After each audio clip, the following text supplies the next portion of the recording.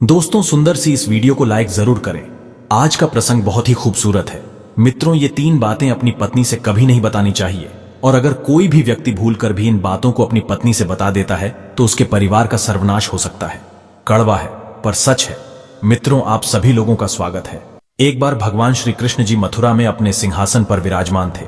तभी अचानक से आकाश मार्ग से देवर्षि नारद जी नारायण नारायण का जाप करते हुए भगवान श्री कृष्ण जी के पास पहुंच जाते हैं और भगवान श्री कृष्ण जी को प्रणाम करते हुए कहते हैं, हे प्रभु, आपको मेरा प्रणाम है। तब भगवान श्री कृष्ण जी कहते हैं, हे देवर्ष नारद जी, लगता है कि आज आप हमारे पास अपने किसी प्रश्न के उत्तर जानने की अभिलाषा से यूं अचानक ही प्रकट हुए हैं।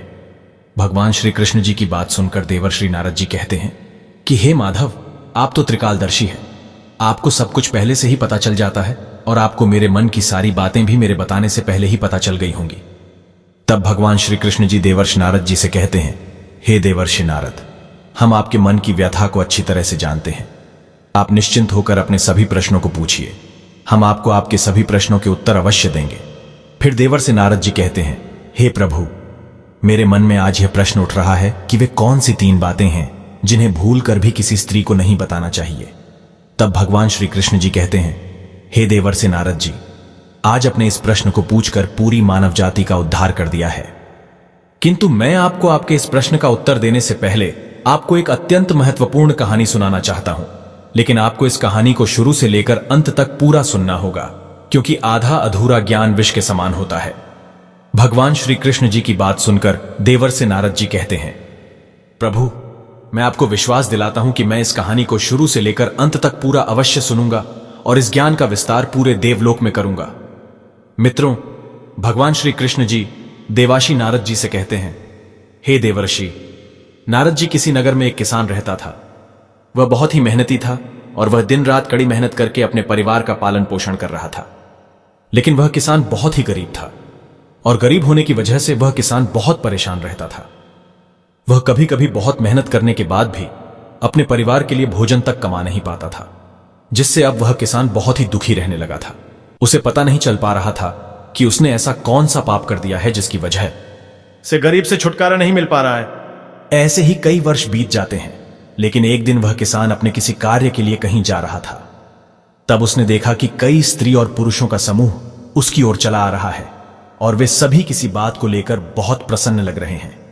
तब जैसे ही वे सभी स्त्री और पुरुष उस किसान के पास से गुजरने लगते हैं, यह दृश्य देखकर वह किसान आश्चर्यचकित हो जाता है और अपने मन में सोचने लगता है कि यह सभी स्त्री और पुरुषों का समूह इतना प्रसन्न होकर कहा जा रहा है। वह किसान अभी इतना सोच ही रहा था कि तभी उसने अपनी ओर आते हुए एक युवक से पूछा कि इतने सारे स्त्री और पुरुष कहां जा रहे हैं और ये सभी इतने प्रसन्न क्यों हैं। तब वह व्यक्ति उस किसान से कहता है कि भाई, ये सभी स्त्री और पुरुष एक तपस्वी महात्मा जी के पास जा रहे हैं। सुना है वे सभी मनुष्यों के जीवन में घटित सभी घटनाओं को अपनी दिव्य दृष्टि में देख लेते हैं और उन सभी की समस्याओं का निवारण भी बताते हैं। इतना कहकर वह व्यक्ति वहां से चला जाता है। फिर उस किसान ने अपने मन में सोचा कि क्यों ना मैं भी अपनी समस्याओं का निवारण पाने के लिए उन महात्मा जी के पास चलूं। थोड़ी देर बाद वह किसान भी उन सभी के पीछे पीछे चलने लगा और कुछ दूर चलने के बाद वह किसान उन महात्मा जी के पास पहुंच जाता है तो वह देखता है कि वे महात्मा जी एक स्थान पर आसन लगाकर बैठे हुए हैं और उनके पास बहुत सारे व्यक्ति खड़े हुए हैं। फिर वे महात्मा जी एक एक करके उन व्यक्तियों की समस्याओं का निवारण कर देते हैं और जब उस किसान की बारी आती तो वह किसान उन महात्मा जी को प्रणाम करता है। तब वे महात्मा जी उस किसान से कहते हैं, हे पुत्र, तुम कौन हो और कहां से आ रहे हो। फिर वह किसान उन महात्मा जी से कहता है कि है विप्र, मैं अपने जीवन से बहुत परेशान हूं, क्योंकि मैं बहुत मेहनत करता हूं, लेकिन मैं गरीबी से छुटकारा नहीं पा रहा हूं, बल्कि धीरे धीरे मैं और भी ज्यादा गरीब होता चला रहा हूं। उस किसान की बात सुनकर वे महात्मा जी अपनी दिव्य दृष्टि से उस किसान के जीवन में घटित सभी घटनाओं को देख लेते हैं और वे महात्मा जी उस किसान से कहते हैं, हे पुत्र, मुझे अच्छी तरह से पता चल चुका है कि तुम कठिन परिश्रम करने के बाद भी अपने परिवार का पालन पोषण ठीक तरह से क्यों नहीं कर पा रहे हो। तब उस किसान ने उत्सुकता से पूछा कि हे गुरुदेव, आपको क्या पता लगा है, आप मुझे विस्तार से बताएं। फिर वे महात्मा जी उस किसान से कहते हैं, हे पुत्र, तुम अपनी पत्नी को अपनी सभी बातें बता देते थे। हालांकि तुम्हारे भाग्य में राजयोग लिखा हुआ था, लेकिन अपनी पत्नी को ये 3 बातें बताने की वजह से तुम अभी तक गरीब ही हो। उन महात्मा जी की बात को सुनकर वह किसान महात्मा जी से कहता है, हे गुरुदेव, आप मुझे यह बताने का कष्ट करें कि वे कौन सी 3 बातें हैं जिन्हें अपनी पत्नी को नहीं बतानी चाहिए। तब वे महात्मा जी उस किसान से कहते हैं कि हे पुत्र, मैं तुमको तुम्हारे इस प्रश्न का उत्तर देने से पहले तुमको एक अत्यंत महत्वपूर्ण कहानी सुनाना चाहता हूं, लेकिन तुमको इस कहानी को शुरू से लेकर अंत तक पूरा सुनना होगा। उन महात्मा जी की बात सुनकर वह किसान कहता है कि हे गुरुदेव, मैं आपको विश्वास दिलाता हूं कि मैं इस कहानी को शुरू से लेकर अंत तक पूरा अवश्य सुनूंगा। मित्रों, भगवान श्री कृष्ण जी देवर से नारद जी से कहते हैं कि हे देवर से नारद जी। वे महात्मा जी उस किसान से कहते हैं कि हे पुत्र, किसी समय की बात है, मध्य देश में एक अत्यंत शोभायमान नगर था। उस नगर में राजा विक्रमजीत नाम के राजा राज करते थे। वे धीरवीर, कर्मनिष्ठ और बहुत ही प्रतापी राजा थे। उन्होंने अपने प्रताप से कई युद्ध जीते हुए थे और वे एक प्रतापी राजा होने के साथ ही साथ बहुत दयालु थे। वे अपनी प्रजा को अपनी संतान मानते थे, इसलिए वे अपनी प्रजा में कुछ ना कुछ दान किया करते थे, जिससे उनकी प्रजा भी उनसे प्रसन्न रहती थी। और वे कई बार अपना भेष बदलकर नगर का हाल चाल जानने के लिए निकलते थे। और प्रजा का हाल चाल निकालने के बाद वे अपनी प्रजा की सभी समस्याओं का निवारण करते थे।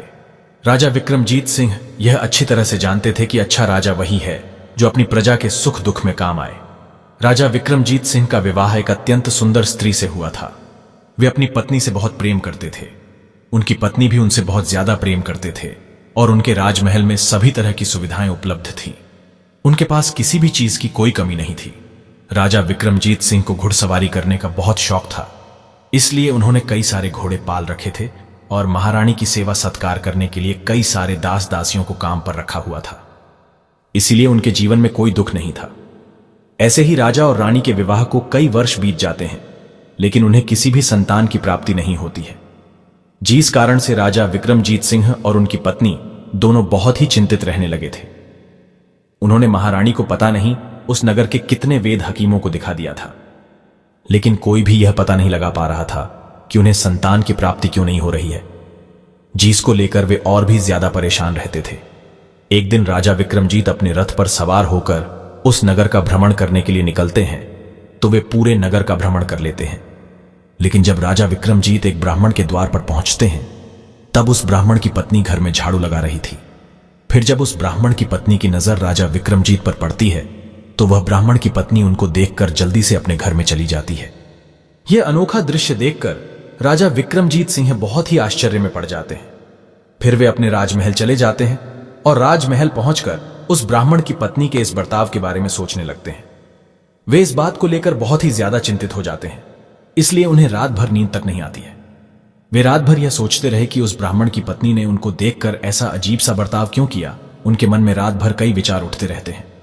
फिर सुबह उठते ही वो अपने सैनिकों से कहते हैं कि जाओ और उस ब्राह्मण की पत्नी को बंदी बनाकर मेरे पास ले आओ। और राजा विक्रमजीत की आज्ञा सुनकर वे सैनिक उस ब्राह्मण के घर की ओर चले जाते हैं और उस ब्राह्मण के घर के पास पहुंचकर वे सैनिक उस ब्राह्मण के घर का दरवाजा खटखटाने लगते हैं। दरवाजा खटखटाने के कुछ देर बाद वह ब्राह्मण की पत्नी घर से बाहर निकलती है और उन सैनिकों से कहती हैं कि आप सभी मेरे घर पर यूं अचानक से किस लिए आए हैं? क्या मुझसे कोई गलती हो गई है? तब वे सैनिक कहते हैं कि तुमको राजा साहब ने बंदी बनाकर लेकर आने के लिए कहा है। इतना कहकर वे सैनिक उस ब्राह्मण की पत्नी को बंदी बनाकर अपने साथ राजा विक्रमजीत के राजमहल में उनके पास पहुंच जाते हैं।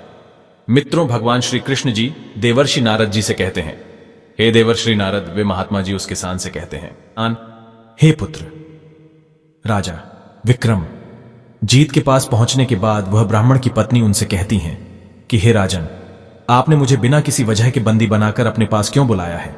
तब राजा विक्रमजीत उस ब्राह्मण की पत्नी से कहते हैं कि कल मैं जब नगर का भ्रमण कर रहा था, तब किसी ने भी मुझे देखकर कोई भी बर्ताव नहीं किया था, लेकिन जब मैं तुम्हारे घर के पास पहुंचा, तब मुझे देखकर अपने घर के अंदर क्यों चली गई थी? राजा विक्रमजीत की बात सुनकर वह ब्राह्मण की पत्नी कहती है कि हे राजन, आपके पास सब कुछ है और आप बहुत दयालु भी हैं, लेकिन आप निसंतान हैं, इसलिए अगर कोई भी व्यक्ति सुबह सुबह आपकी शक्ल देख ले, तब उसका तो पूरा दिन ही बर्बाद हो जाता है। उस ब्राह्मण की पत्नी की बात को सुनकर राजा विक्रमजीत अपने मन में सोचने लगते हैं कि यह स्त्री तो सत्य ही कह रही है, मुझे अभी तक किसी भी संतान की प्राप्ति नहीं हुई है। ऐसा सोचकर वे बहुत ही दुखी हो जाते हैं और उस ब्राह्मण की पत्नी को आजाद कर देते हैं। फिर वे अपने मन में यह ठान लेते हैं कि मुझे संतान की प्राप्ति क्यों नहीं हो रही है, इसका पता मैं लगाकर ही रहूंगा और मैं बहुत सारे जप तक और धार्मिक अनुष्ठान करूंगा, जिससे मुझे संतान की प्राप्ति अवश्य होगी। फिर वे प्रतिदिन जप तप करता है, कई अनुष्ठान भी करवाता है, लेकिन उसे यह सब करने के बावजूद भी इसका कोई लाभ नहीं मिलता है और राजा विक्रमजीत और उनकी पत्नी दोनों ही बूढ़े होते चले जा रहे थे, लेकिन उन्हें अभी किसी संतान की प्राप्ति नहीं हुई थी। इसलिए राजा और रानी दोनों बहुत परेशान रहने लगे थे। एक दिन राजा विक्रमजीत और उनकी पत्नी यह सोच सोचकर बहुत व्याकुल हो रहे थे कि अब हमारे राज्य का क्या होगा, हमारे राज्य का उत्तराधिकारी कौन बनेगा, हमारे राज्य को कौन संभालेगा और कौन हमारी प्रजा की जिम्मेदारी लेगा। वे रात दिन इसके बारे में सोचते सोच रहते थे। अब राजा और रानी इस बारे में इतना ज्यादा सोचने लगते हैं कि वे दोनों खाना पानी तक सब कुछ छोड़ देते हैं, और अगर कोई भी दास या दासी उनको थोड़ा सा भोजन या पानी पीने के लिए कहते थे तो राजा और रानी उन्हें बिल्कुल इनकार कर देते थे और उनसे कहते थे कि अगर हमारा कोई उत्तराधिकारी ही नहीं बचेगा तो इतने सुख की कोई आवश्यकता नहीं है। और फिर वे दोनों रोने लगते थे। ऐसे ही कई दिन बीत जाते हैं। वे दोनों अन्न का एक दाना तक अपने मुख में नहीं ले जाते हैं।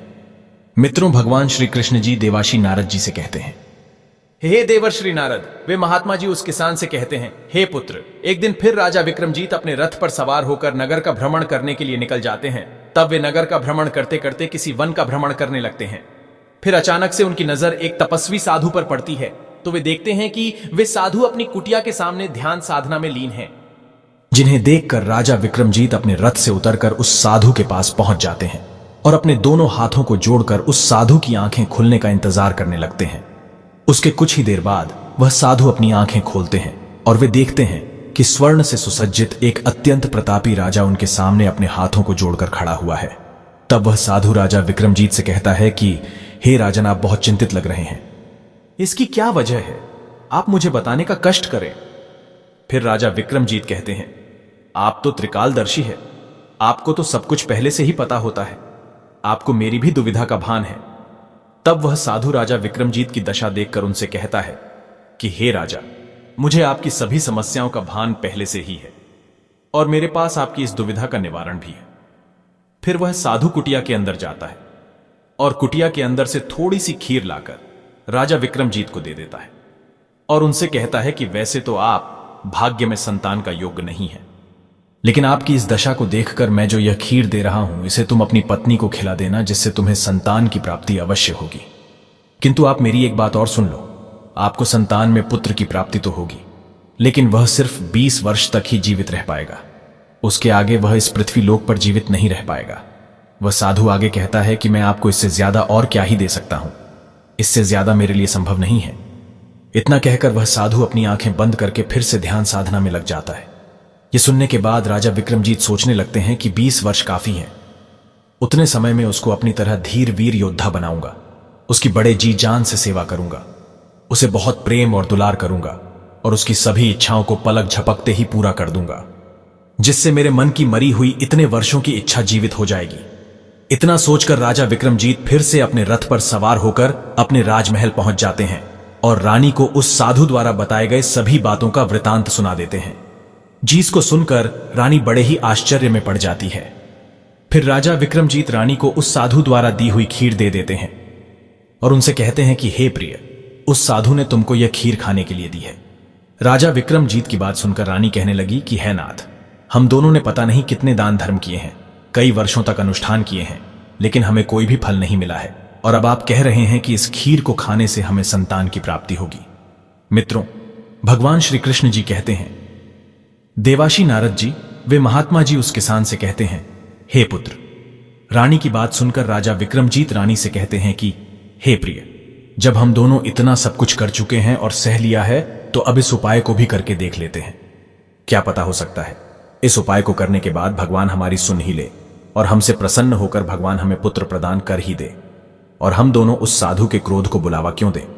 यदि हम उनकी बात को नहीं मानेंगे तो वे साधु हमसे क्रोधित हो जाएंगे और क्रोध में आकर वे हम दोनों को श्राप भी दे सकते हैं। वैसे तो रानी को अब किसी पर भी ज्यादा विश्वास नहीं था और उन्हें राजा विक्रमजीत की बातों में भी विश्वास नहीं हो रहा था, लेकिन रानी ने सोचा कि मेरे पति संतान ना होने के कारण बहुत ही दुखी है, इसलिए मैं ये खीर खा ही लेती हूं। अगर मेरे भाग्य में मां बनने का सुख होगा तो मुझे पुत्र की प्राप्ति अवश्य होगी। इतना सोचकर रानी उस खीर को खाने के लिए राजी हो जाती है। फिर एक दिन राजा विक्रमजीत की रानी स्नान आदि कार्यों को करके भगवान शिव और अपने पूर्वजों का स्मरण करते हुए उस साधु द्वारा दी हुई खीर को खा लेती है। उसके बाद राजा विक्रमजीत और रानी निश्चिंत होकर सो जाते हैं उसके कुछ ही दिनों बाद रानी गर्भवती हो जाती है। रानी को गर्भवती देखकर राजा विक्रमजीत बहुत ही प्रसन्न हो जाते हैं और रानी से कहते हैं कि देखो, भगवान ने हमें संतान का सुख दे दिया है। तब रानी कहती है कि हे नाथ, आप सच कह रहे थे।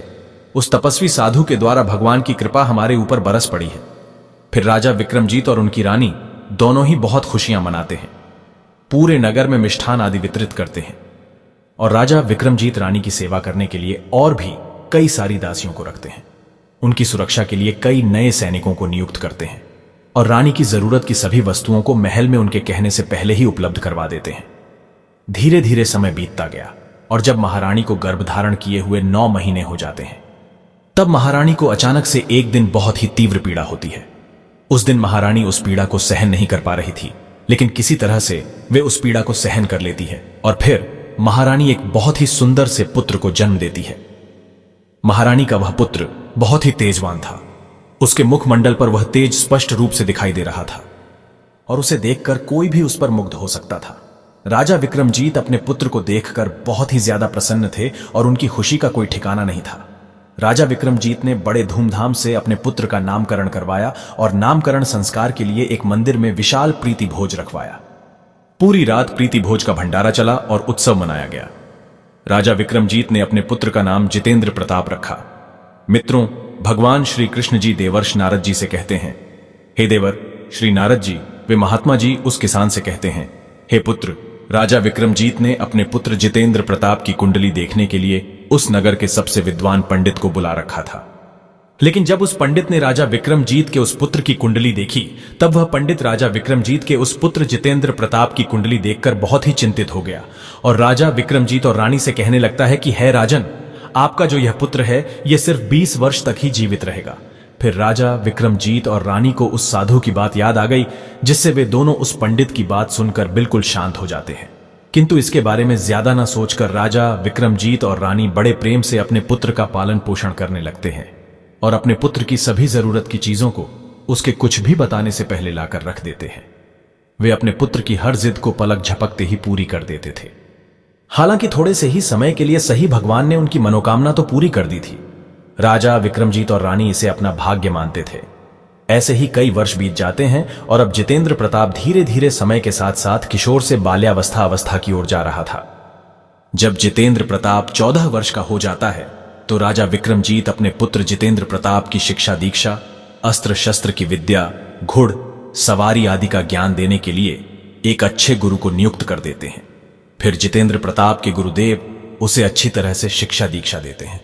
उसे उसके सभी प्रश्नों के सटीक उत्तर देते हैं। अपने प्रश्नों के सटीक उत्तर पाकर अमिताभ भी अपने गुरुदेव के द्वारा दी गई शिक्षा को ध्यान से ग्रहण करता है। उसके बाद जितेंद्र प्रताप के गुरुदेव उसे अस्त्र शस्त्र की विद्या और घुड़सवारी में निपुण होने की शिक्षा देते हैं। धीरे धीरे वह सभी प्रकार की शिक्षाओं में पूरी तरह से निपुण हो जाता है और जब वह किशोरावस्था से निकलकर युवा अवस्था की ओर अग्रसर हो जाती है और उसकी उम्र 18 वर्ष की हो जाती है, तब राजा विक्रमजीत उसका विवाह एक अत्यंत सुंदर सी राजकुमारी से कर देते हैं। उन दोनों के विवाह को 2 वर्ष बीत जाते हैं और जितेंद्र प्रताप 20 वर्ष का हो जाता है। तब वह अपने पिता से कहता है कि पिताश्री, मैं अपने नगर का भ्रमण करना चाहता हूं। मैं राजमहल से बाहर कभी गया ही नहीं हूं। अपने पुत्र की बात सुनकर राजा विक्रमजीत बहुत ही ज्यादा चिंतित हो जाते हैं, क्योंकि उनके पुत्र जितेंद्र प्रताप का 20वां वर्ष शुरू हो गया था और अब उन्हें इस बात का यह डर था उनके पुत्र के साथ कोई अनहोनी ना हो जाए। वे अपने पुत्र को महल से बाहर निकलने से रोक भी नहीं सकते थे और अपने पुत्र को उस साधु द्वारा बताई गई सभी बातों को बता भी सकते थे। वे बहुत बड़ी दुविधा में पड़ गए थे, लेकिन उन्होंने अपने हृदय को कठोर करते हुए अपने मुखमंडल पर प्रसन्नता जताते हुए अपने पुत्र से कहते हैं कि हाँ, जरूर पुत्र, तुम्हें अपने नगर का भ्रमण करने का पूरा अधिकार है और तुम्हें अपने पूरे नगर का भ्रमण करके सब कुछ देखना आवश्यक है। कहां क्या है यह सब जानना तुम्हारे लिए बहुत ही जरूरी है, क्योंकि आगे चलकर तुम्हें ही इस नगर का राजा बनना है। लेकिन पुत्र, तुम सिर्फ मेरी एक बात का ध्यान रखना कि तुम कहां जा रहे हो, क्या कर रहे हो। यह बात अपनी पत्नी को कभी नहीं बताना। पिता की बात सुनकर उसका पुत्र उनसे कहता है कि ठीक है पिताश्री, मैं आपकी बातों को ध्यान में रखूंगा। एक दिन जितेंद्र प्रताप अपनी पत्नी से दिन भर हंसी भरी कई बातें करता है, उत्सव मनाता है और जैसे ही रात के 12 बजते हैं, वैसे ही जितेंद्र प्रताप अपने बिस्तर से उठकर महल के बाहर चला जाता है। फिर सुबह होने से पहले अपने महल में वापस पहुंच जाता है और आते ही अपने बिस्तर पर लेट जाता था। ऐसे ही कई दिन बीत जाते हैं और कई दिनों तक यह सब चलता रहा। मित्रों, भगवान श्री कृष्ण जी कहते हैं, हे देवर्षि नारद जी, वे महात्मा जी उस किसान से कहते हैं कि हे पुत्र, अब राजा का पुत्र जितेंद्र प्रताप का 20वां वर्ष समाप्त होने में कुछ ही दिन शेष बचे हुए थे। एक दिन की बात है, जब जितेंद्र प्रताप 12 बजते ही महल से बाहर निकल जाता है। तब कुछ देर के बाद जितेंद्र प्रताप की पत्नी की नींद अचानक से खुल जाती है, तो उसकी पत्नी देखती है कि जितेंद्र प्रताप अपने बिस्तर पर नहीं है। यह देखकर उसकी पत्नी बहुत आश्चर्य में पड़ जाती है और अपने पति को पूरे महल में ढूंढती है, लेकिन उसका पति उसे महल में कहीं पर भी नजर नहीं आता है। तब वह अपने पति के ना मिलने की वजह से और भी ज्यादा चिंतित हो जाती है, किंतु वह अपने पति के न मिलने की बात किससे करती, क्योंकि राजा विक्रमजीत और रानी दोनों गहरी निद्रा में सोए हुए थे, इसलिए वह किससे कहती, क्या करती। यह सब सोचकर चुपचाप से अपने बिस्तर पर लेट जाती है। फिर सुबह से पहले ही जितेंद्र प्रताप की पत्नी देखती है कि उसका पति अपने बिस्तर पर लेटा हुआ है। यह देखकर उसकी पत्नी बहुत आश्चर्य में पड़ जाती है, किंतु वह अपने पति से इसके बारे में कोई भी बात नहीं पूछती है। और दूसरी रात भी वैसा ही होता है और कई दिनों तक ऐसा ही होता है। जितेंद्र प्रताप की पत्नी अपने पति के इस व्यवहार को लेकर बहुत ही ज्यादा चिंतित रहती थी और अब वह बहुत उदास रहने लगी थी।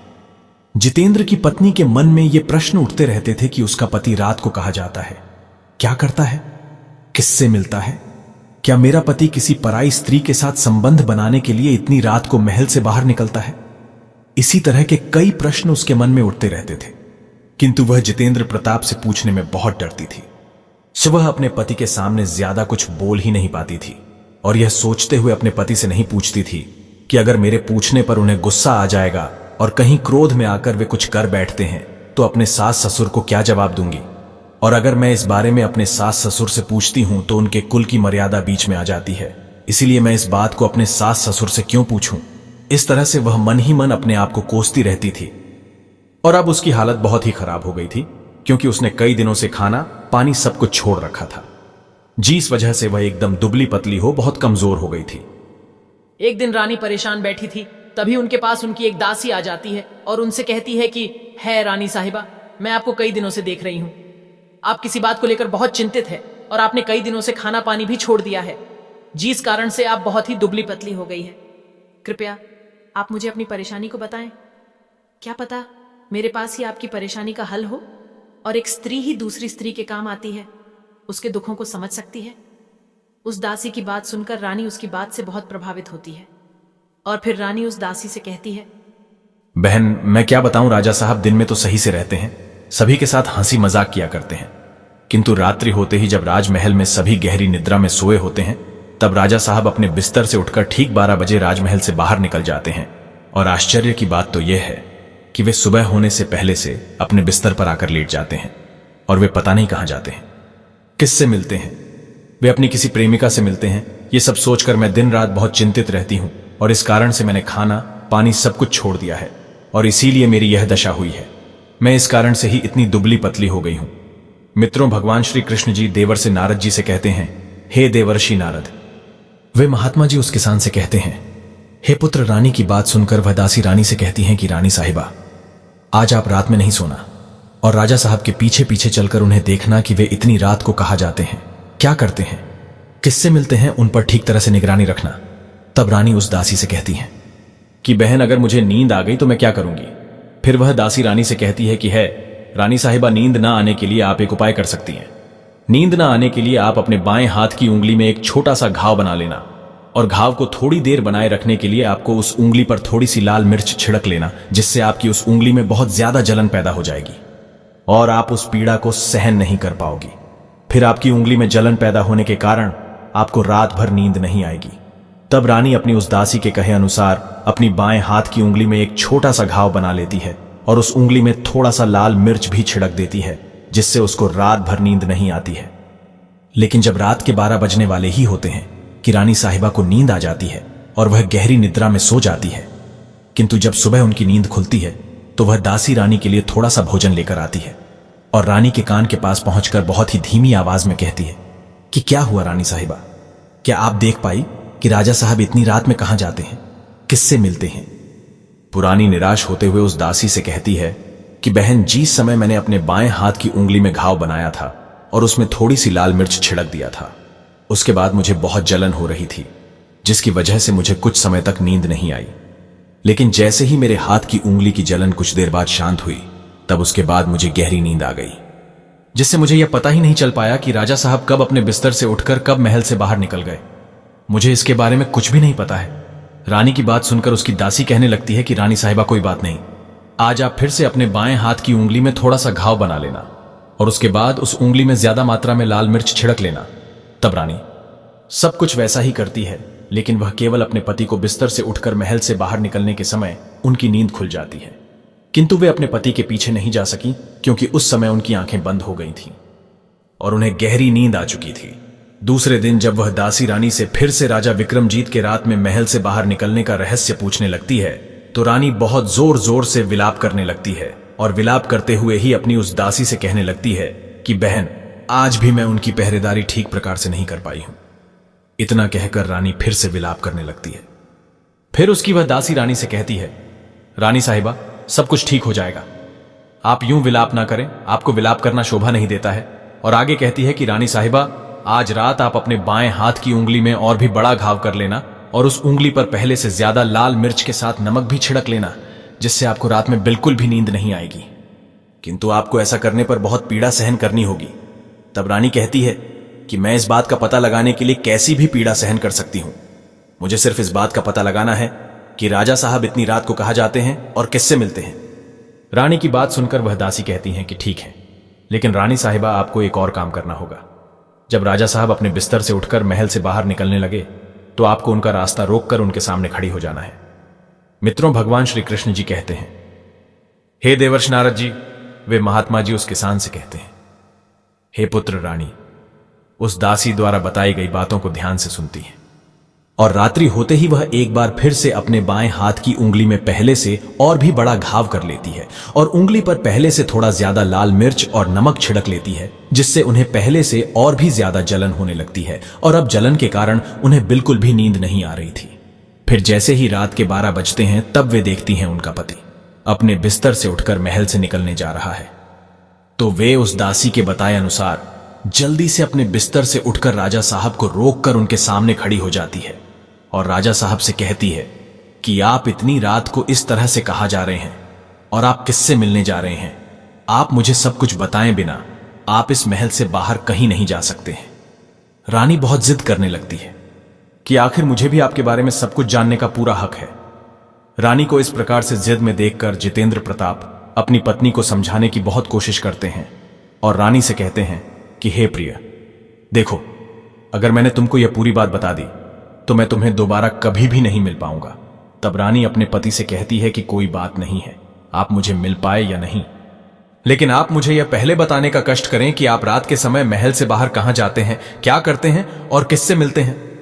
जितेंद्र प्रताप अपनी पत्नी की जिद के सामने बिल्कुल असहाय हो गया था और अब पत्नी के आगे उसकी एक बात भी नहीं चल रही थी। ठीक उसी समय जितेंद्र प्रताप का 20वां वर्ष शुरू होने वाला था। तब वह कुछ सोचने लगता है और अपने हाथों में कुछ चावल लेकर उन चावलों को अभिमंत्रित करने के बाद अपनी पत्नी को देते हुए कहता है कि देखो, तुम इस चावलों के दानों को अपनी दोनों मुट्ठी में पकड़ लो और मेरे कहने के अनुसार दाएं हाथ में पकड़े हुए चावल के दानों को मेरे ऊपर फेंक देना, जिससे तुम्हें यह पता चल जाएगा कि मैं कौन हूं। और फिर बाद में बाएं हाथ में पकड़े चावल के दानों को मेरे ऊपर फेंक देना, जिससे मैं पहले जैसा हूं वैसा ही तुम्हें मिल जाऊंगा। लेकिन इतना याद रखना कि अगर तुम बाएं में पकड़े हुए चावल के दानों को मेरे ऊपर फेंकना भूल जाती हो, तब मैं तुम्हें नहीं मिल पाऊंगा। तब रानी बड़े आत्मविश्वास के साथ अपने दाएं हाथ में पकड़े चावल के दानों को जितेंद्र प्रताप के ऊपर फेंक देती है। फिर रानी जैसे ही दाएं हाथ में पकड़े हुए चावल के दानों को अपने पति के ऊपर फेंक देती है, तो जितेंद्र प्रताप एक घोड़े में परिवर्तित हो जाता है और उस घोड़े की लंबी गर्दन, उसके लंबे लंबे बालों को देखकर रानी बहुत ही डर जाती है। फिर वह बहुत तेजी से दौड़ने लगता है। रानी अपने पति पर बाएं हाथ के चावल के दानों को फेंकना भूल जाती है और उनकी आंखों के सामने वह घोड़े के रूप में परिवर्तित राजा विक्रमजीत का पुत्र हीन हिनाते महल से बाहर निकल जाता है और दोबारा वापस नहीं आता है। अब रानी को बहुत पश्चाताप हो रहा था और वह स्वयं को कोसने लगी थी, लेकिन अब स्वयं को कोसने पर बिल्कुल भी फायदा नहीं होने वाला था, क्योंकि जितेंद्र प्रताप अब वापस नहीं आने वाला था। और जब सवेरा होता है तो यह पूरी बात महाराजा और महारानी को पता चलती है, तो इस बात को सुनकर उन्हें बहुत दुख होता है। वे दोनों अपने पुत्र के दुख में बिस्तर पकड़ लेते हैं और बेसब्री से अपने पुत्र के लौटकर आने की राह देखने लगते हैं कि उनका पुत्र एक दिन वापस अवश्य आएगा। इसके बारे में वे प्रतिदिन सोचते रहते थे। इसी तरह से 2 वर्ष बीत जाते हैं, लेकिन अभी तक जितेंद्र प्रताप के बारे में किसी प्रकार की जानकारी नहीं प्राप्त हुई थी। जितेंद्र प्रताप को ढूंढने के लिए राजा विक्रमजीत उस नगर के घरों घरों में अपने सैनिकों को भेजते हैं, लेकिन उन्हें उससे भी कोई सफलता हासिल नहीं होती है। इधर रानी अपने मन में सोचती रही कि मेरी ही जिद के कारण मेरा पति गायब हो गया है। यह सोच सोचकर वह प्रतिदिन बहुत विलाप करती, अपने आप को कोसती रहती थी। रानी एक दिन प्रण लेती है कि कुछ भी हो जाए, मैं अपने पति को किसी भी तरह से उसे ढूंढकर घर वापस अवश्य ले आऊंगी।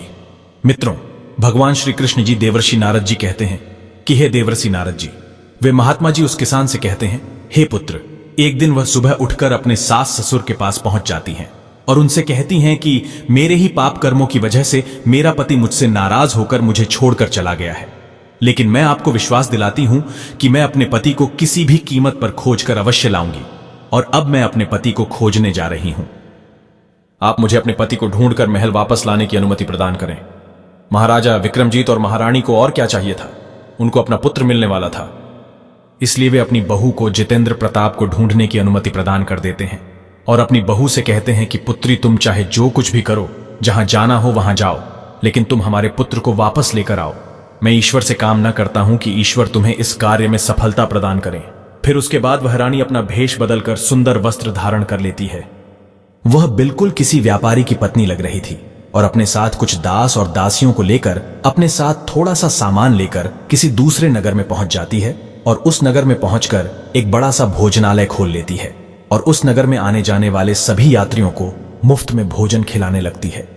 लेकिन उन्होंने एक अनोखी शर्त रखी कि उसे जितेंद्र प्रताप के बारे में कोई बात बतानी होगी या कोई अनोखी बात जो उसने पहले कभी ना सुनी हो। फिर उस नगर के सभी एक उस भेष बदले हुए रानी से कहते हैं कि मैंने इसे देखा है, यहां देखा है, वहां देखा है।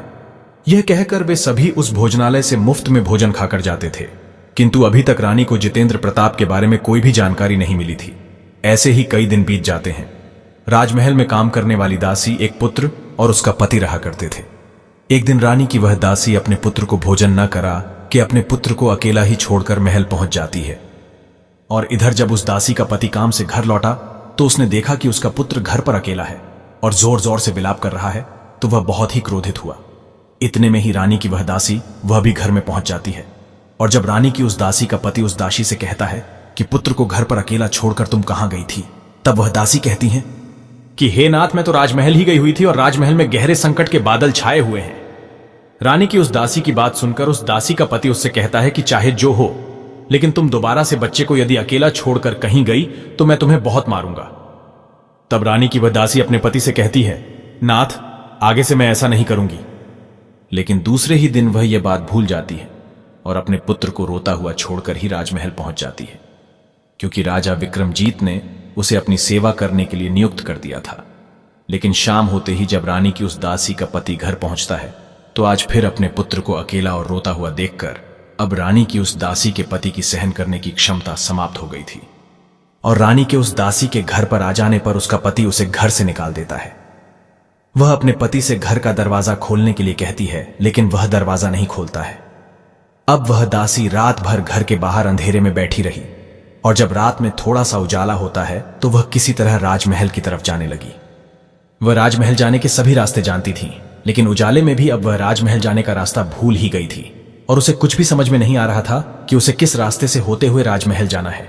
किसी तरह से वह रानी की वह दासी धीरे धीरे से आगे चल रही थी। तभी अचानक से उसे एक गाय के गले में बंधी हुई घुंघरू के छन छन की आवाज सुनाई देती है। वह उसके सामने चलने लगती है। तब रानी की उस दासी ने सोचा कि मैं इस गाय के पीछे पीछे जाऊंगी तो राजमहल में अवश्य ही पहुंच जाऊंगी। इतना सोचकर वह दासी उस गाय के पीछे पीछे चलने लगती है। धीरे धीरे वह गाय उस नगर के पास पहुंच जाती है और एक बड़े से पत्थर के सामने जाकर रुक जाती है। फिर वह गाय जैसे ही अपने दोनों सींगों से उस पत्थर को ठोकर मारती है और उस पत्थर को उस स्थान से हटा देती है तो पाताल लोक जाने के लिए सीढ़ियां दिखाई देने लगती हैं। जब वह गाय उन सीढ़ियों से नीचे जाने लगती है तो रानी की वह दासी जल्दी से उस गाय की पूंछ पकड़ लेती है और उस गाय की पूंछ पकड़कर रानी की वह दासी उसके साथ साथ पाताल लोक में पहुंच जाती है। मित्रों, भगवान श्री कृष्ण जी देवर्षि नारद जी से कहते हैं, देवर्षि नारद जी, वे महात्मा जी उस किसान से कहते हैं, हे पुत्र, पाताल लोक में पहुंचने पर रानी की उस दासी ने उस गाय की पूंछ छोड़ दी और जैसे ही उसने अपने चारों तरफ देखा तो वह यह सब देख बहुत आश्चर्य में पड़ गई, क्योंकि पाताल लोक में सभी स्थानों पर दीप जल रहे थे, जिससे उस स्थान के चारों तरफ बहुत तेज रोशनी दिखाई दे रही थी। और जब वह तेज रोशनी उस गाय पर पड़ती है तो उस समय वहां पर कई अनोखी घटनाएं घटती हैं और गाय के गले में रस्सी बंध जाती है और कोई उस गाय के थनों से दूध निकालने लगता है। लेकिन यह सब कुछ जो कोई कर रहा था वह उसे बिल्कुल भी दिखाई नहीं दे रहा था। यह सारा दृश्य देखकर रानी की वह दासी बहुत ही डर जाती है और अपने मन में सोचने लगती है कि मैं यहां कहां आकर फंस गई हूं। फिर वह दासी वहां छिपने के लिए जगह ढूंढने लगती है, लेकिन उसे छिपने के लिए वहां पर कहीं भी जगह नहीं मिलती है, क्योंकि उस जगह पर हर तरफ उजाला था। फिर वह दासी एक कोने में जाकर छिपकर खड़ी हो जाती है। उसके सामने जो कुछ भी हो रहा था वह उसे चुपचाप देख रही थी। कुछ देर बाद उस जगह पर एक काला घोड़ा आता है और वहां पर एक कुंड बना हुआ था। वह घोड़ा उस कुंड में छलांग लगाकर ऊपर आ जाता है और जितेंद्र प्रताप का रूप धारण कर लेता है। प्रताप के रूप को रूप धारण करने के बाद उसने वहां रखे हुए नए नए वस्त्र पहने और उस जगह पर पड़े हुए एक सुंदर से पलंग पर आकर बैठ जाता है। फिर उसके सामने कई सारे पकवानों की थालियां आ जाती हैं। उसके सामने एक कबूतर बैठा हुआ था। जितेंद्र प्रताप ने उन सभी पकवानों को खाया और अपने बिस्तर पर लेटने से पहले भगवान सूर्य को स्मरण किया और अपने सामने बैठे हुए उस कबूतर से पूछने लगा कि मेरे माता पिता क्या कर रहे हैं, मेरा राज्य कौन चला रहा है और मेरी पत्नी क्या करती है। फिर कबूतर कहने लगा कि हे राजन, आपके माता पिता पुत्र के शोक में डूबे हुए हैं और आपके राज्य को आपका महामंत्री चला रहा है। आपकी पत्नी ने दूसरे नगर में एक बड़ा सा भोजनालय खोल रखा है और वह उस नगर में आने जाने वाले सभी यात्रियों से अनोखी घटनाओं के बारे में पूछती रहती है। फिर कबूतर की बातें सुनकर जितेंद्र प्रताप कहने लगा कि ठीक है। उसके कुछ ही देर बाद उसे नींद आ गई और वह सो गया। इस पूरे दृश्य को कोने में छिपकर खड़ी हुई रानी की वह दासी देखती रही, क्योंकि उसने ऐसी घटनाएं पहले कभी नहीं देखी थीं। और फिर इसी तरह से पूरी रात बीत गई। उस रात इसके बाद और कुछ भी नहीं हुआ था।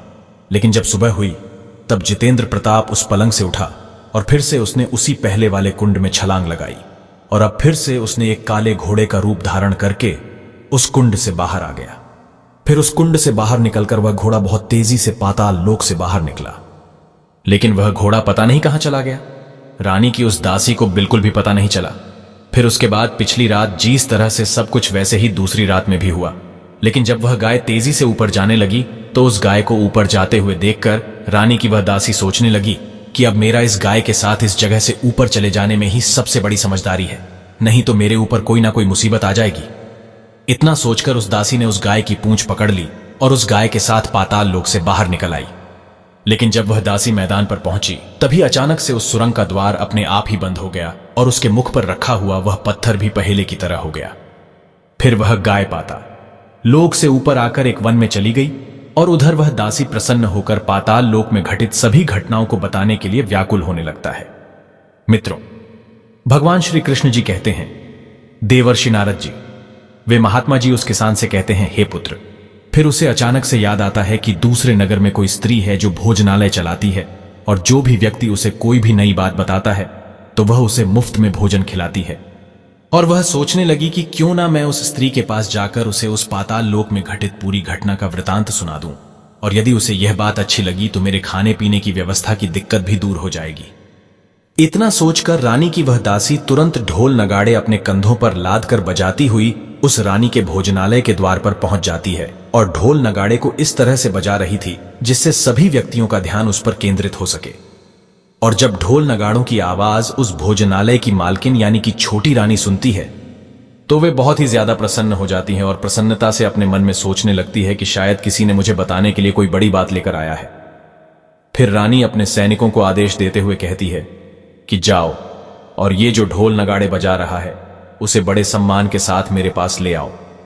और रानी का आदेश पाकर वे सैनिक दौड़ते हुए ढोल नगाड़े बजाने वाले के पास पहुंच जाते हैं तो वे देखते हैं कि एक सुंदर सी स्त्री अपने कंधों पर लाद कर ढोल बजा रही है। तब उन सैनिकों ने उस दासी से पूछा कि क्या हुआ, तुम इस तरह से ढोल क्यों बजा रही हो। फिर वह दासी कहने लगी कि कुछ नहीं, यहां मुफ्त में भोजन मिलता है, इसलिए मैं यहां आई हूं और मैं आपको नई बात भी बताना चाहती हूं। उस दासी की बात सुनकर वे सैनिक उसे भोजनालय के अंदर ले जाते हैं और उसके सामने एक बड़ी सी थाली रख देते हैं। उसमें अनेक प्रकार के व्यंजन परोस देते हैं। वह जल्दी जल्दी से भोजन करने लगती है क्योंकि उसने कई दिनों से थोड़ा सा भी भोजन नहीं करा था। और जब वह दासी भोजन कर लेती हैं तो रानी के वे सैनिक उसे नई साड़ी पहनने के लिए दे देते हैं। फिर उस दासी को रानी के पास ले जाते हैं। उसको एक बार में ही देखकर रानी और वह दासी दोनों देखकर तुरंत ही पहचान लेते हैं और फिर रानी उस दासी से कहने लगती है कि अरे बहन, तुम यहां क्या कर रही हो? क्या तुम ही ढोल नगाड़े बजा रही थी और तुमने क्या नई बात देखी है? रानी की बात सुनकर वह दासी रानी से कहती है कि हे रानी साहिबा, मैं ही ढोल नगाड़े बजा रही थी और मैंने राजा जितेंद्र प्रताप को देखा है। फिर वह दासी पाताल लोक में घटित सभी घटनाओं को बता देती है। तब रानी कहने लगी कि बहन, मुझे उस जगह पर जाना है, मुझे उस जगह ले चलो। फिर उस दासी ने रानी को जवाब देते हुए कहा कि है रानी साहिबा, वह पाताल लोक एक श्राप है और यदि किसी ने आपको वहां जाते हुए देख लिया तो आपके प्राण भी जा सकते हैं। लेकिन रानी उस दासी की एक भी बात नहीं सुनती है और अब वह बहुत जिद करने लगती है। इसीलिए बाद में उसकी बात मान लेती है और रानी से कहने लगती है कि ठीक है, मैं आपको वहां अवश्य लेकर चलती हूं, लेकिन आज मैं उस जगह पर नहीं चलेंगे, कल चलेंगे। अब फिर दूसरे दिन रानी शाम होने का इंतजार था और जब शाम हुई रानी और वह दासी उसी जगह पर गई। फिर से उस गाय ने पत्थर पर सींग मारी और पत्थर हट गया तो सुरंग का रास्ता खुल गया। फिर रानी उस दासी से कहती है कि आगे का सब कुछ मैं खुद देख लूंगी और रानी उस गाय की पूंछ पकड़कर पाताल लोक पहुंच जाती है। वहां पहुंचकर रानी एक कोने में छिपकर खड़ी हो जाती है। फिर रानी के सामने भी वही सारी घटनाएं घटित होती हैं। उस गाय का दूध कोई अदृश्य व्यक्ति निकालने लगता है। फिर काला घोड़ा वहां आकर कुंड में छलांग लगाता है और जितेंद्र प्रताप के रूप में कुंड से बाहर निकलता है। फिर उसके सामने कई तरह के पकवान बनाकर आ जाते हैं। वह उस भोजन को खाने लगता है और बगल में पड़े हुए पलंग पर बैठ जाता है, लेकिन सोने से पहले सूर्य देव का लेते हुए उस पलंग पर बैठकर उस सामने बैठे हुए कबूतर से पूछने लगता है कि मेरे माता पिता इस समय क्या कर रहे हैं। लेकिन कबूतर ने कोई जवाब नहीं दिया, बल्कि उदास हो गया। कबूतर को उदास देखकर जितेंद्र प्रताप को कुछ अनहोनी का संदेह हुआ। उसने एक बार फिर से यही प्रश्न पूछा, लेकिन कबूतर ने इस बार भी उसे कोई जवाब नहीं दिया। फिर जितेंद्र प्रताप कुछ सोचते हुए ही बिस्तर पर लेट जाता है। मित्रों, भगवान श्री कृष्ण जी कहते हैं, हे देवाशी नारद जी। वे महात्मा जी उस किसान से कहते हैं, हे देवर्षि नारद जी। अपने पति की यह दशा देखकर अब रानी का संयम टूट जाता है और वह दौड़कर अपने पति के पास जाकर उसके पैर पकड़ने के लिए आगे बढ़ने लगी। तब जितेंद्र प्रताप तुरंत ही अपनी पत्नी को पहचान लेता है और अपने पैर पीछे करते हुए बहुत जोर जोर से चिल्लाने लगता है कि मुझे मत छूना, नहीं तो अनर्थ हो जाएगा। फिर रानी जितेंद्र प्रताप के सामने अपने दोनों हाथ जोड़कर उससे अपनी गलती की माफी मांगने लगती है और कहती हैं कि हे नाथ, मुझसे बहुत बड़ी भूल हो गई थी। मुझे आपसे कुछ नहीं पूछना चाहिए था कि आप रात में कहां जाते हैं। मैं अपनी भूल को स्वीकार करती हूं और मुझे मेरी भूल की सजा भी मिल चुकी है। अब आप मेरे साथ महल चलिए। आपके वियोग में आपके माता पिता ने बिस्तर पकड़ लिया है। वे बहुत ही दुबले पतले हो गए हैं और आपकी प्रजा भी संकट में है।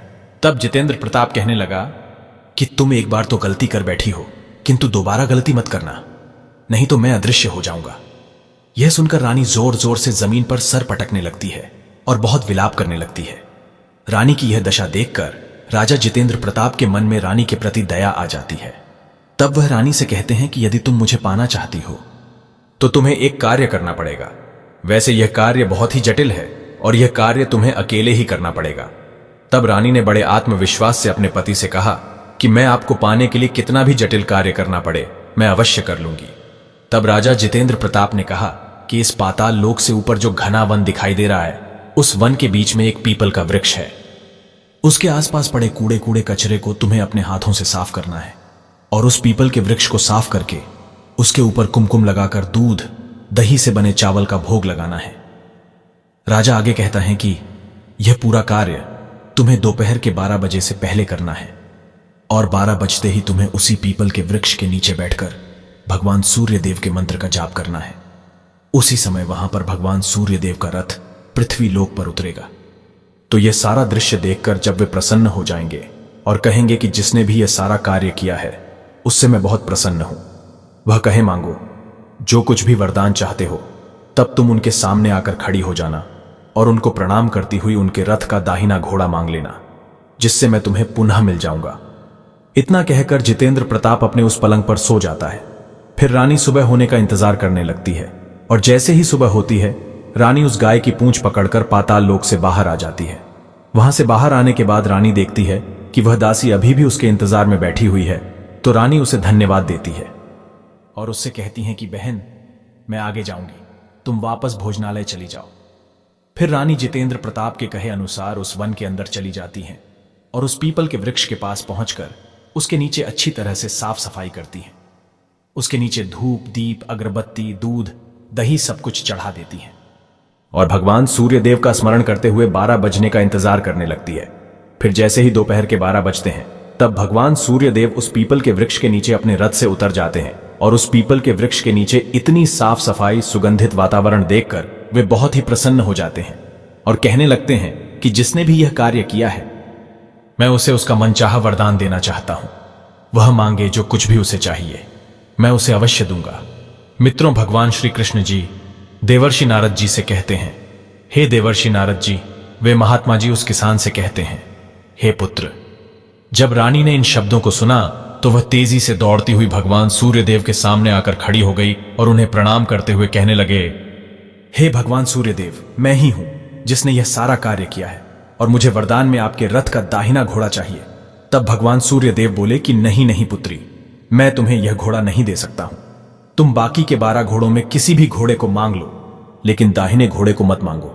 मैं तुम्हें वह घोड़ा नहीं दे सकता हूं। लेकिन रानी भगवान सूर्यदेव की एक बात नहीं मानती है और उनसे दाहिना घोड़ा मांगने की जिद करने लगी थी और उनके पैरों को पकड़कर कहने लगी कि बिना दाहिना घोड़ा दिए मैं आपको यहां से जाने नहीं दूंगी। अब भगवान सूर्यदेव बहुत बड़े धर्म संकट में पड़ गए थे क्योंकि उन्होंने रानी को वचन दे दिया था। वे अपने वचन को गलत साबित नहीं होने दे सकते थे। फिर अपनी हार स्वीकार करते हुए उन्होंने कहा कि ठीक है, मैं तुम्हें यह घोड़ा तो दे रहा हूं, लेकिन तुमको मैं बता दूं कि यह घोड़ा तुमको यहां नहीं मिलेगा, बल्कि उसी पाताल लोक से लाना पड़ेगा। इतना कहकर भगवान सूर्यदेव अपने रथ पर सवार होकर अपने मार्ग की ओर प्रस्थान कर देते हैं। और इधर जब रानी उस वन से बाहर आकर उसी स्थान पर पहुंच जाती है और शाम होते ही रानी उस गाय की पूंछ पकड़कर पाता लोक में पहुंच जाती है और फिर वहीं पहले की तरह सारी घटनाएं घटने लगती हैं। फिर जितेंद्र प्रताप उस पलंग पर बैठ जाता है और हमेशा की तरह सोने से पहले अपने सामने बैठे हुए कबूतर से पूछने लगता है कि मेरे माता पिता क्या कर रहे हैं। तब उस कबूतर ने जवाब देते हुए कहा कि आपके माता पिता आपके शोक में मरणासन्न अवस्था में पहुंच गए हैं। यह सुनकर उसके आंखों से आंसुओं की धारा बहने लगती है। फिर जितेंद्र प्रताप उस कबूतर से पूछने लगता है कि मेरे राज्य को कौन चला रहा है। तब उस कबूतर ने कहा कि आपके राज्य को आपका महामंत्री चलाता है और वह आपके राज्य का सब कुछ हड़प चुका है। वह आपकी प्रजा पर बहुत अत्याचार भी करता है। यह सुनकर जितेंद्र प्रताप को बहुत गुस्सा आ जाता है और गुस्से में आकर ही उस कबूतर से पूछने लगते हैं कि मेरी पत्नी कहां है और क्या कर रही है। तब वह कबूतर कुछ नहीं बोलता है, लेकिन अब अपने पति की यह दशा देखकर रानी का संयम जवाब दे देता है और वह दौड़कर अपने पति के गले लग जाती है। तब जितेंद्र प्रताप रानी से कहता है कि हे प्रिय, अब मैं तुमको मिल चुका हूं और मैं अब कभी भी घोड़ा नहीं बनूंगा। तुमने मुझे पाने के लिए इतने सारे कष्ट उठाए हैं, इसलिए भगवान सूर्यदेव ने मुझे सदा के लिए घोड़े की योनि से मुक्त कर दिया है।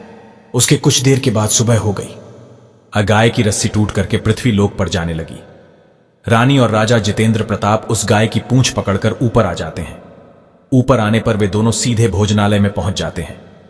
भोजनालय का सारा सामान वहां के लोगों में बांट देते हैं और वापस अपने नगर आ जाते हैं। जितेंद्र प्रताप को वापस आता हुआ देखकर महामंत्री बहुत ही भयभीत हो जाता है। मित्रों, फिर राजमहल पहुंचकर उस कपटी महामंत्री को बंदी बनाकर कारागार में कैद कर देता है और राज्य का कार्यभार अपने हाथों में ले लेता है। और इसके बाद वह अपने माता पिता से मिलने के लिए उनके कक्ष में प्रवेश करता है तो वह उनकी दशा देखकर बहुत दुखी हो जाता है। उसके माता पिता मरणासन्न अवस्था में पहुंच गए थे, लेकिन अपने पुत्र को देखकर उन दोनों की आंखों से आंसुओं की धारा बहने लगती है और विलाप करते हुए उसे अपने गले से लगाकर बड़े प्यार से सहलाने लगते हैं। इसके बाद उसके माता पिता की सेहत में बहुत सुधार आ जाता है और वे दोनों अपने पुत्र को आशीर्वाद देते हैं और जितेंद्र प्रताप के मिलने की खबर पूरे नगर में फैला देते हैं। यह सुनकर उस नगर के सभी व्यक्ति बहुत खुश हो जाते हैं। तब वह जितेंद्र प्रताप उस नगर के सभी व्यक्ति को दर्शन देकर उन सभी से कहने लगता है कि मैं वादा करता हूं कि आज से उन्हें किसी भी प्रकार का दुख नहीं पहुंचेगा। इतना कहकर वह जितेंद्र प्रताप अपने सिंहासन पर विराजमान हो जाता है और एक अच्छा राजा बनकर अपने राज्य को चलाने लगता है। अब जितेंद्र प्रताप अपनी पत्नी और अपने माता पिता के साथ सुखपूर्वक से अपने जीवन का निर्वाह करने लगता है और उस दासी को अपने राजमहल का आधा हिस्सा दे देती है। फिर उसका भी विवाह करा देती है, जिससे उसका भी जीवन सुखपूर्वक से बीतने लगता है। मित्रों, भगवान श्री कृष्ण जी देवर्षि नारद जी से कहते हैं, हे देवर्षि नारद जी। वे महात्मा जी उस किसान से कहते हैं, हे पुत्र, मैं अब तुमको बता देता हूं कि अपनी पत्नी को किन 3 बातों को नहीं बताना चाहिए। इसे ध्यान से सुनना। पहली बात, अपने पत्नी को परिवार के बारे में ज्यादा नहीं बताना चाहिए। दूसरी बात, अपनी गुप्त बातों को कभी भी अपनी पत्नी को नहीं बताना चाहिए, ये मित्रों, क्योंकि स्त्रियों के पेट में कोई भी बात नहीं पचती है। तीसरी बात, जिस बात को बताने पर आपके प्राण जाने की आशंका हो, तो उस बात को बताने पर आपके माता पिता को कष्ट हो, तो ऐसी बातों को कभी भी अपनी पत्नी को नहीं बताना चाहिए। मित्रों, भगवान श्री कृष्ण जी कहते हैं, हे देवर्षि नारद जी, अब तो आपको आपके सभी प्रश्नों के उत्तर मिल ही गए होंगे। हे प्रभु, आज आपने मुझे बहुत ही महत्वपूर्ण ज्ञान दिया है। मैं आपको विश्वास दिलाता हूं कि मैं इस ज्ञान का विस्तार समस्त ब्रह्मांड में अवश्य करूंगा। मित्रों, आपको यह कहानी पसंद आई हो तो वीडियो को एक लाइक अवश्य करें। राधे राधे, जय श्री कृष्ण कमेंट में जरूर लिखें।